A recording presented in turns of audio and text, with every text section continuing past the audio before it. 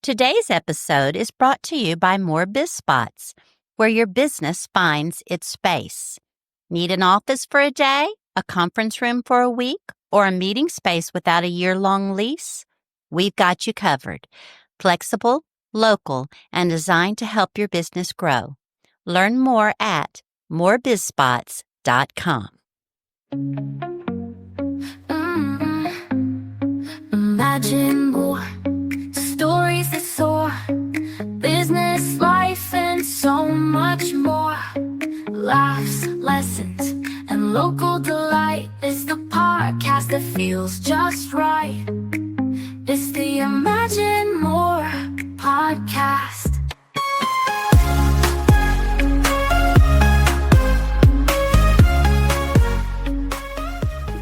Welcome to the Imagine More podcast, where we celebrate the people who inspire, create, and imagine more right here in Moore County.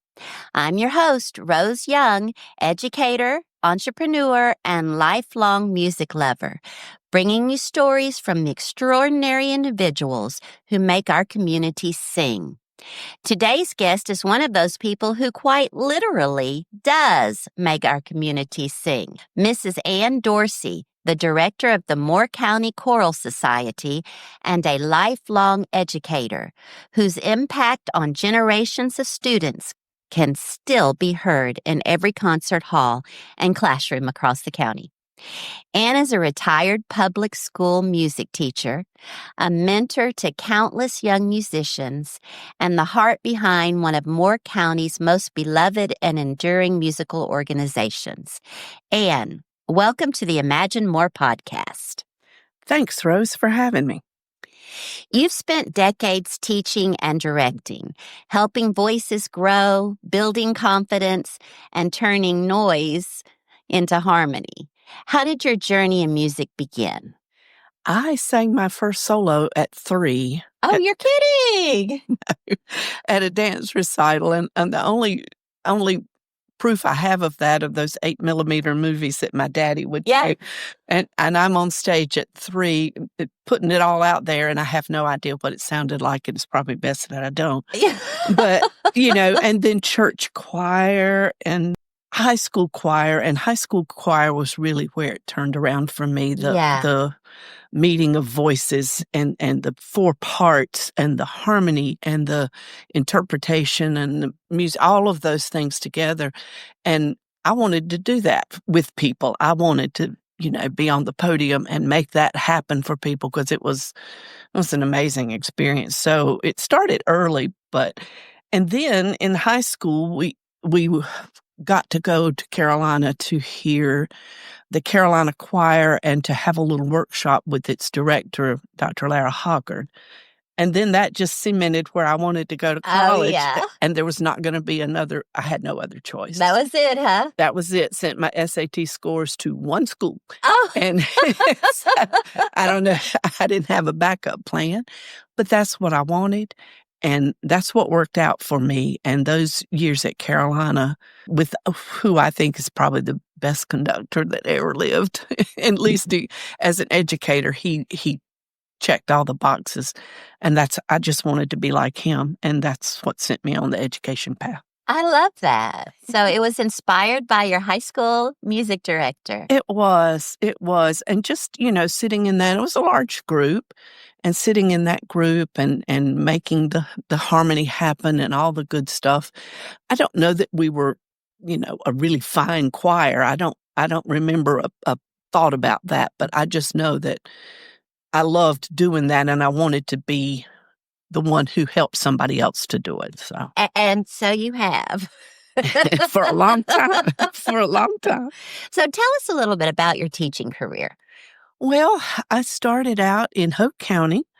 I took an interim for one of the teachers who was out on maternity leave. And so I did a semester, and then she moved. I started at the junior high there, and she moved to the high school. And so I took the junior high position permanently. And then she left the high school position, so I moved up to the high school position. Oh, you just followed her, right? Well, and it was such a fantastic program in a county that I had no idea I didn't know to expect that from Hope County, but it was fantastic and tradition of really good choral work and years of superior ratings and contests and all of those things. So I wasn't expecting it. Yeah. And it was fantastic. And so I had a great 10 years there. And then, and I had children of my own. I needed to have my fingers in their school pie, as it were. So I came here and finished my career here. I did 32 years in all. 32 years in all. So when you finished your career here, where were you? I finished at Northmore High School. At Northmore, really? And it was fantastic. It was like the cherry on top of that sundae. That was no just kidding. When I went, there wasn't a choral program. When I left, we had 10% of the student body singing, and oh wow! So it was. But they were ripe for it. They wanted it. They just, and it was wonderful. It was a great way to finish the career. And I did an extra 2 years because it was.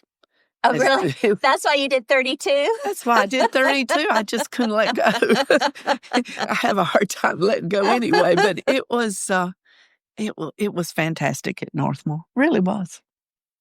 So you and I both know that music teachers see a lot. The joy, chaos, the original surprise solo that knocks your socks off.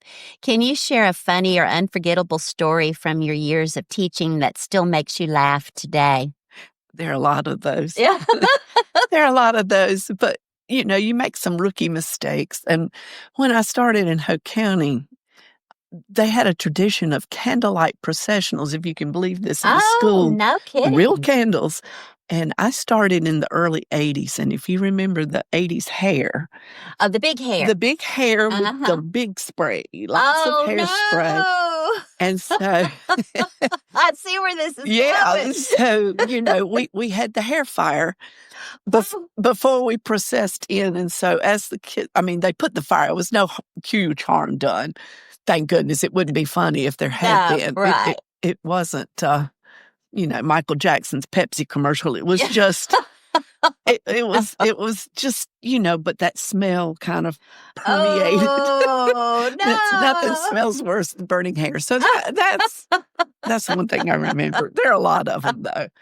Oh, my goodness. Years. I can imagine. Yes. So, you know what I did that I fought was pantyhose. Making the girls wear pantyhose for the concert. Me too. Did you really? Did you ever give up? Because I finally gave up. Well, knee highs with long dresses, knee highs were a thing. Okay. In Hope County, when I started, we had custom-made outfits every year, brand new.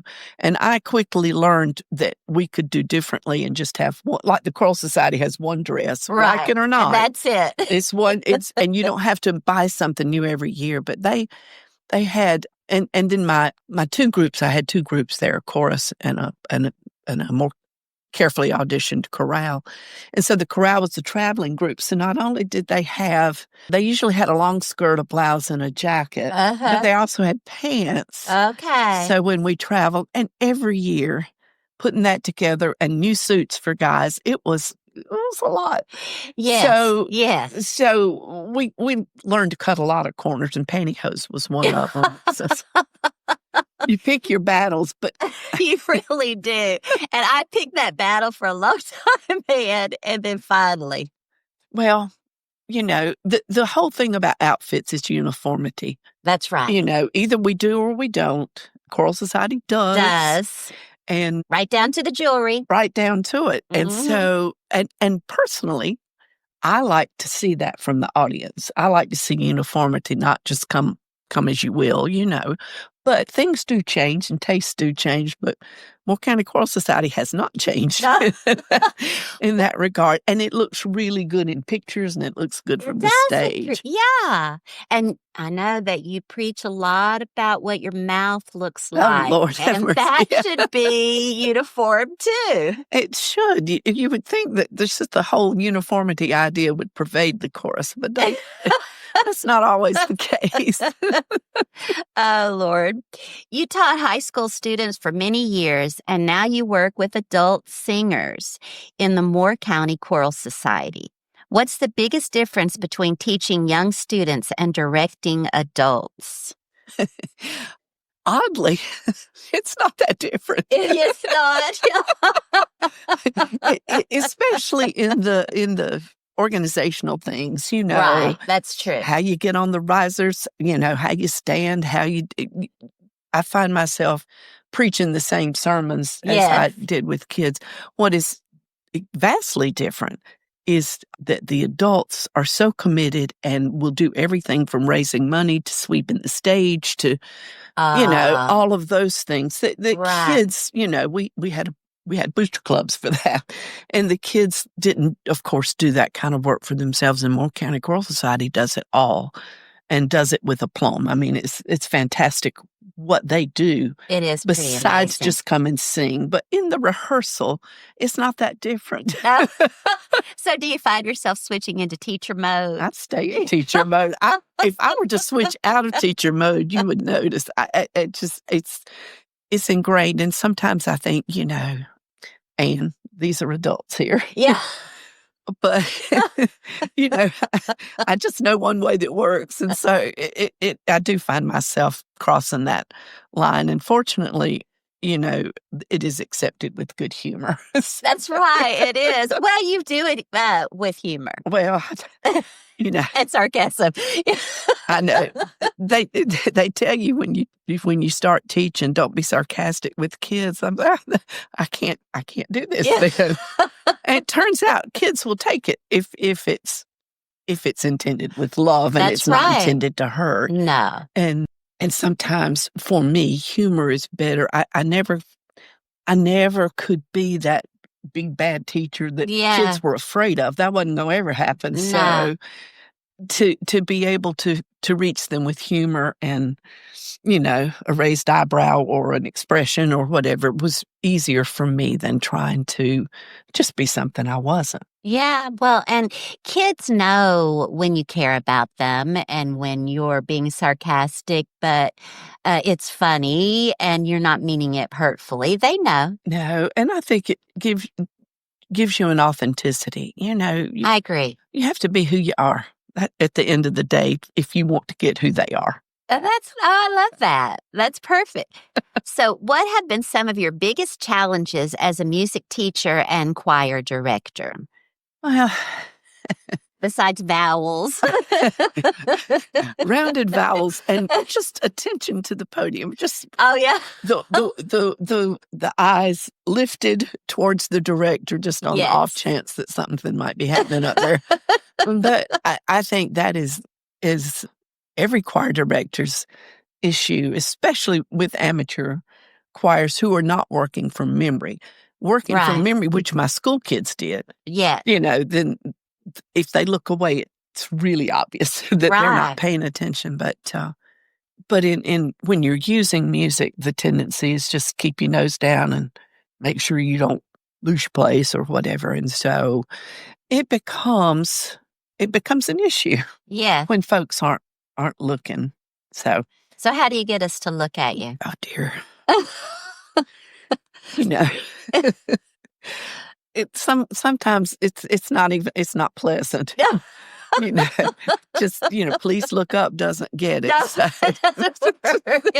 it doesn't work. So sometimes it's more forceful than that, and it's as we said the other night, if somebody yells fire in a theater and you keep eating your popcorn, it's sort of the way I feel when I say look up and you don't. Yeah. Then something bad's going to happen. That's right.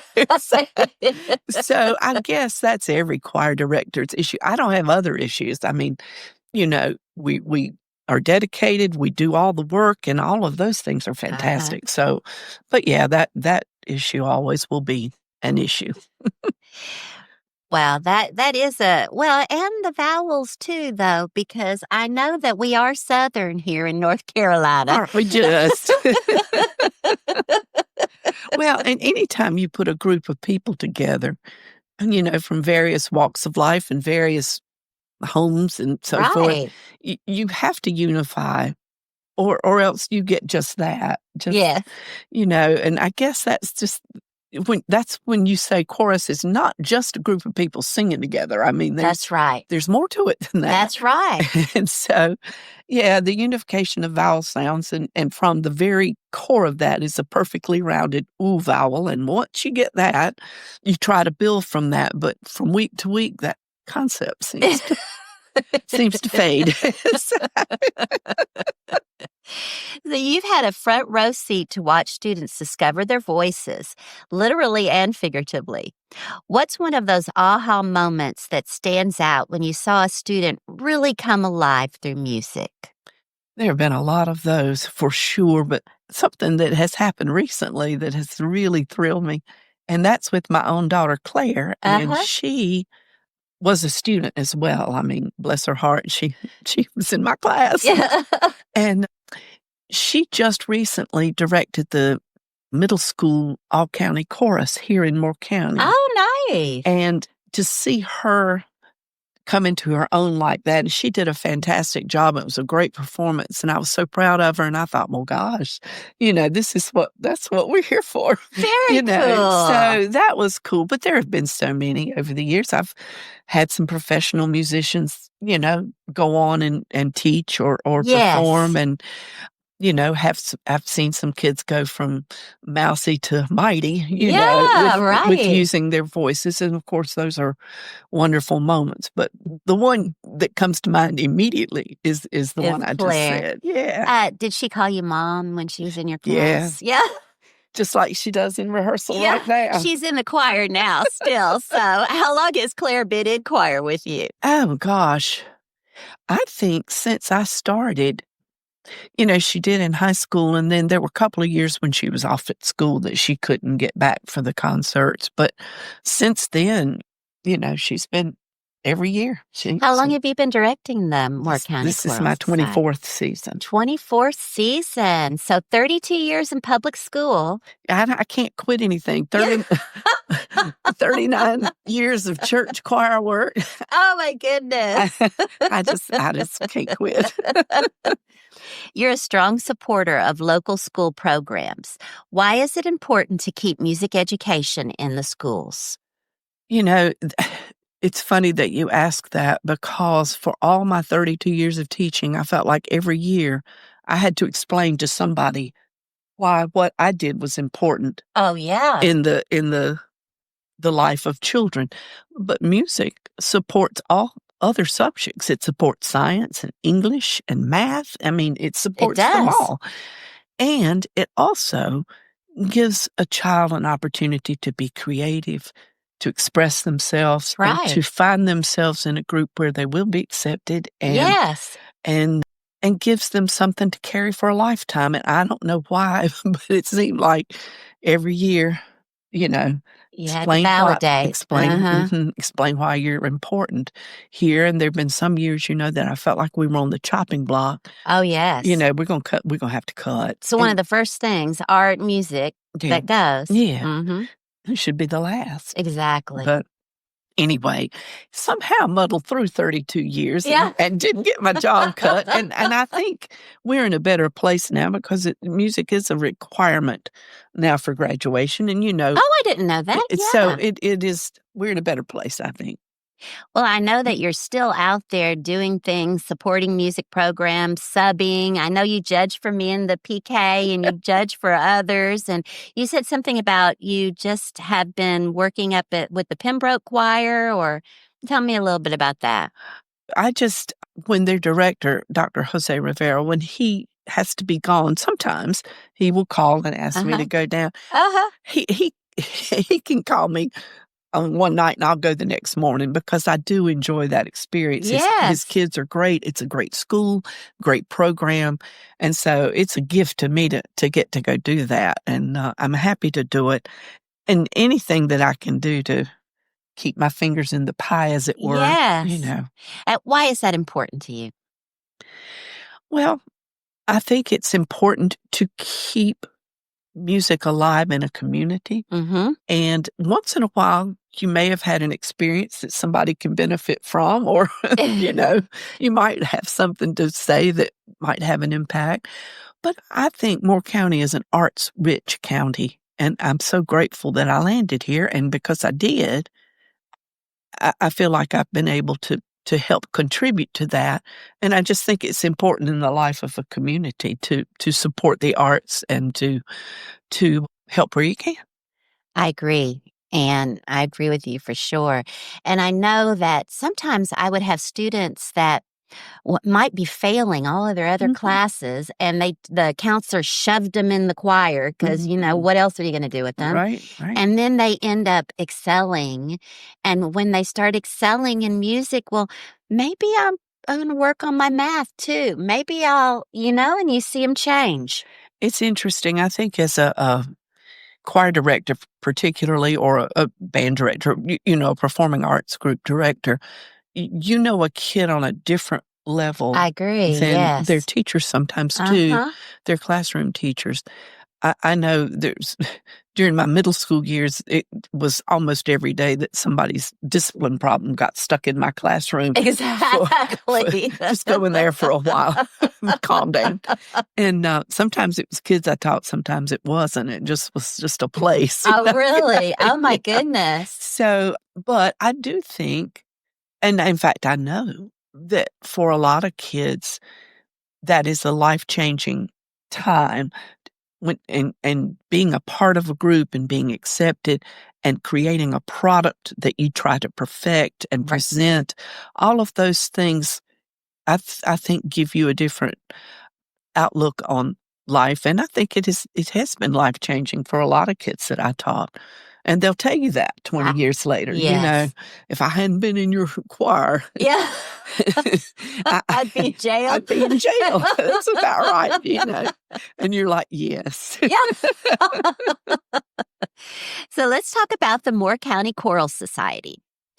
For anyone who hasn't experienced one of your concerts, describe what it's like to stand in front of that group, the energy, the blend, the connection. Standing in front of that group is an honor for me and a Yes. privilege too that I've probably overstayed, but it's incredible what they can do. And my favorite part of a performing group is the rehearsal. Oh, really? Mhm. Yes. The performance is what it is. It's live performance, and all the work you've done, you hope, will pay off. But it's the nitty-gritty, the getting down to the bottom of something and making something as good as you can make it. And Moore County Choral Society is committed to that, and and as I've already said, committed to all kinds of other things that don't include singing. Right. And so it's just an honor to work with them. It's magical for me. Oh, wow. Well, this year, the Moore County Choral Society is celebrating its 51st season, right? 51st. 51st. So you've been there for almost half of how long they've been there. Right. To my point. That's a remarkable milestone. What does that mean to you personally? Well, it means I've been around long enough to see them through some low times, the Yeah. pandemic and Oh, those yeah, things, and right. then, the lean economic years Uh-huh. and we are right now in as good a place as we've ever been, and I'm very happy about that. We've got a fantastic board of directors and money raisers, and it's just been wonderful to see the growth there and to watch the progress in placement in the community. Now, why do you need money raisers and a board for the Choral Society? Well, it turns out that music is not free, Yes. and those outfits we pay for and loan to our singers, Uh-huh. and those not, of course, free, and if we hire an orchestra, also not free. A venue to sing in, not free. Oh, my goodness. So Yeah. so we have to pay for all of those things that go along with singing, and, of course, my position is paid and our accompanist is paid, and so there are expenses for sure. Right. And what are the fundraisers like, or how could we find out how to help? Well, you can always go to our website if you wanna make a donation, there's a way to do that, and it's, morecountychoralsociety.org. But also, anytime you see, and we'll put them in the paper. We have a wine gala. We just had our pancake breakfast. We have over the years had a silent auction, and we've done other things too for fundraising, but we do depend on private and business donations, and we have a system for going after those, and the community has been ever so generous in their response. Tell us about the upcoming December concert. What's the theme? What can the audience look forward to hearing as part of this celebration? Well, this is a season of love. And season of love. Yeah. Love. That's correct. That's correct. Love. And so our Christmas concert is entitled Love Came Down, and we are actually singing that carol on the concert. But most of the concert is sort of directed towards the love of Christmas, the special gift that we as humanity got, and then the gifts that we share of our time and talent and love with our family and friends at the holidays. And so it's a feel-good kind of concert. Yeah. And it has some traditional favorites. This year we have Dr. Ryan Book from Sandhills Community College as our guest, and he is a classical guitarist, but also can be other kinds of guitarist. And so he will be playing with us on the concert. Oh, nice. And so we look forward to working with him. Oh, that's the first time, right? Yes, it's our first time with him. Yeah, that is exciting. You've retired before, but rumor has it you might be retiring again. What's next for you after this season? Well, after this season is an empty chalkboard. So. An empty chalkboard. So I have some things in mind that I'd like to pursue, but I won't until I'm finished with my work with Moore County Choral Society. And I feel like sometimes I could do this until I'm 80, and then I think, no, stop. I'm exhausted. I get exhausted watching you up there, Anne. I'm telling you. But it's somebody else's turn now, and I think that we're in such good shape that it will be, I hope, an easy transition, and then I will find some things to do. Yeah, I'm sure that you will, because you do not sit idle. I don't. Yeah. You've always put the spotlight on your singers and your students rather than yourself, but I want to turn it around for just a moment. If you could leave one message with your choirs, or with all the people whose lives you've touched through music, what would you want them to remember about you and the gift of making music together? We sing in our Christmas concert. We have an encore called May You Always Have a Song. And that for me it says it all. You always have a song. Yes. And I want you just to choose to sing it. Right. So, and you can take that any way you want to. It doesn't have to be musically, but you have song and you should sing it. And that's, I think, what I'd like people to remember. I love it. Okay, so we're up to the quick fire round, which is just a quick round of I throw out something and you say the first thing that comes to your head. You don't have to think about it too much. Get to know you a little bit. Favorite choral piece to conduct? I think as an educator, for sure, it was Randall Thompson's Choose Something Like a Star. Oh, yeah, it has everything. The poetry, Robert Frost, incredible. It has a huge message, and it speaks to youth and adults alike. And then Randall Thompson was very clear about what he wanted from singers, so it's a perfect teaching piece for all kinds of nuance and technique. And so that to me, I'm familiar. I love that piece. Yeah, me too. Me too. Warm up exercise that always works. Any exercise that reinforces a perfect ooh vowel. Oh, really?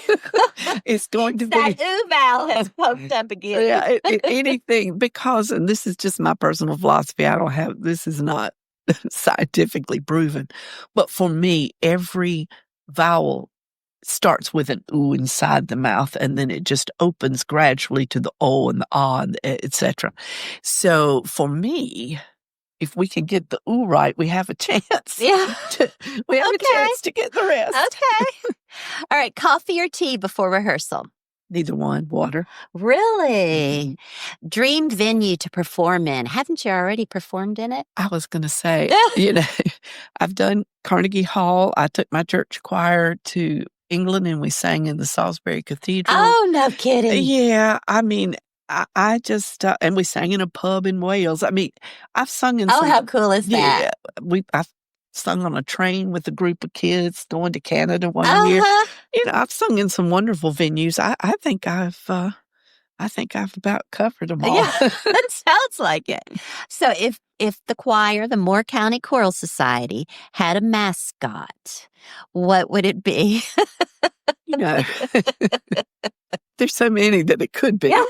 But I will say a nightingale because that freedom of song, that fills the woods with beauty. Oh, That's wow. what I Oh, wow.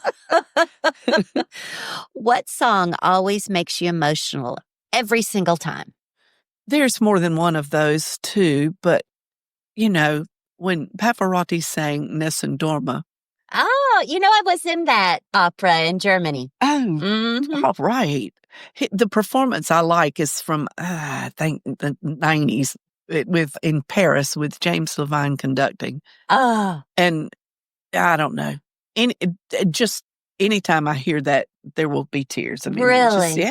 Yeah. But there's choral stuff too. Choose Something Like a Star. Oh, yeah. As we mentioned earlier, is also one that's hard to get all the way through without, being teary. Do you remember the tenor that was that sang Nessun Dorma when you? Yes, I taught him. Oh, no, you did not. Who was it? His name, I don't guess he'll care. His name is Ethan Garner. Really? And his story is really good if we have time for Yes, it. go. So he was a student at Northmore and he was in the band. And his senior year, I don't know if his schedule had a lot of free time, but he wanted to be in chorus. And I said, well, sure. And so he came to chorus and there was such a good voice there. But he had planned to go to App State to do saxophone. And it turned out that the year that he was going to audition to get in, they only had one saxophone spot. They had overfilled their program. Oh, no. And only had one freshman availability.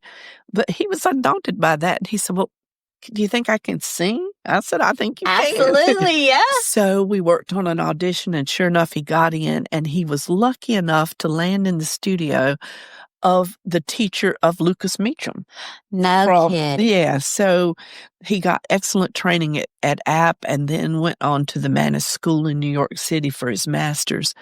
And then the pandemic hit, and so all his auditions and things got waylaid. But he has just a fantastic voice, and when somebody will just say, "Okay, I'll sing it," right? Stands up in rehearsal and sings Nessun Dorma. Oh my God! That's also one of those moments. Those very special moments. Oh wow! Well, if you haven't heard it, go listen to it. But there's this one spot towards the end where the tenor goes up and rings the super high, gorgeous notes. And that the performance that I'm talking about in Paris, Pavarotti spent an extra long time on that. Yeah. And then once he came down from it, he also spent an extra long time holding on, and it just you just don't want it to stop. Yeah, nice. Well, you've made me want to go listen again. Oh, definitely that performance. So one word that describes how music makes you feel. As somebody who talks a lot, the really best performances leave me speechless. Oh, wow. And it's sometimes you'll hear a performance and the audience starts clapping wildly before the cutoff is even given. They're all into it. But those performances where you stop and pause and you don't want your voice to interrupt any sound waves that might still be left in the air. Oh my goodness. That silence that comes after something that just speaks to you and touches your soul, then that's the speechless part. You can't. What a beautiful description. Really. I can see it while you're describing it. That's wonderful. So, Anne, I always write a jingle for my guest as a thank you for coming by and doing the podcast. This time I did one for the Moore County Choral Society. It goes like this. Raise your voice, let music fly under Carolina's open sky. 51 seasons, harmony soar, the Choral Society singing more. I love that. That's so much fun. Thank you. So it's been great having you here today. Your work reminds us that music isn't just something we perform, it's something we live. Imagine a world where every voice is valued, every song tells a story, and every person finds their harmony. That's the world you've created, Anne, right here in Moore County. Thank you, Rose. The Moore County Choral Society, now celebrating its 51st season, continues to gain prominence as a chorus of distinction and excellence, and is proud to be among North Carolina's long-standing choral groups. The Moore County Choral Society depends on the generous contribution of individuals and businesses. An endowment fund has also been established for memorial gifts and bequests that support the society. All contributions are tax deductible to the extent allowed by law. If you'd like to make a donation to learn more, contributions can be made to Moore County Choral Society. And do you want to tell us about the dates of the upcoming performances?